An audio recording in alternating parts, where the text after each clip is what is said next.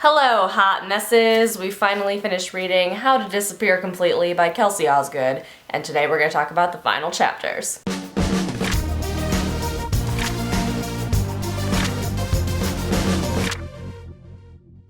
Okay, so I've been liking this book for the entire time that we've been going through it, but I absolutely love chapters 10, 11, and 12. I feel like I finally got everything I wanted from this book in the ending.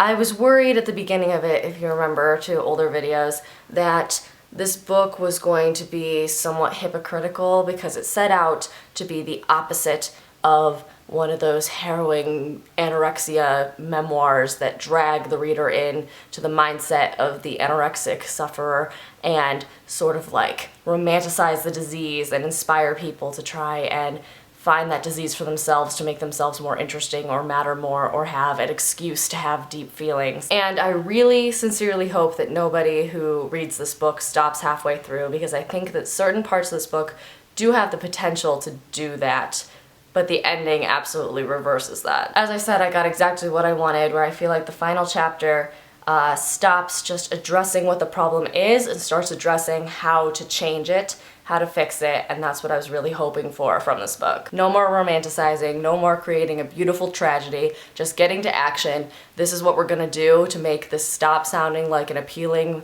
problem for girls to develop. This is what we're gonna do to make it seem like the horror that it actually is and one that you don't want. You know a book is good also when it doesn't give you something you want and you're grateful for that. Because I was finding myself wanting to hear more about what happened to all of the women and girls who the author was in treatment with.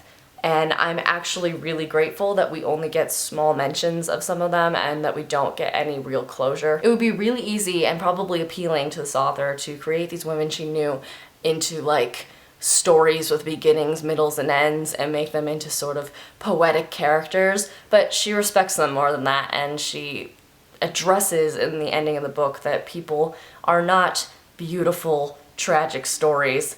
They're people. So while I would love to hear that all of these women are living successful and fulfilling lives and they're eating scrambled eggs and they're going to Paris, I appreciate that they're getting the respect that they deserve and being small little blurbs. So next week we're going to talk about your feelings on this book. I've been talking to some of you about it personally, and if you would like to leave comments or tweets or emails for me, that would be wonderful so that we can all talk about it, and I'll be sharing some notes from you guys in next week's video. So if you have favorite quotations in particular, let me know what those are. And then 2 weeks from now, we're going to do a final review of the whole book. So I'm looking forward to doing that with you guys. And I'll see you next Monday. Also, this incredibly hot pink box we're in is my childhood bedroom. I'm visiting my parents, and I think it's really, really weird that videos in Answerly's past took place in this room. It's very strange. It is very pink.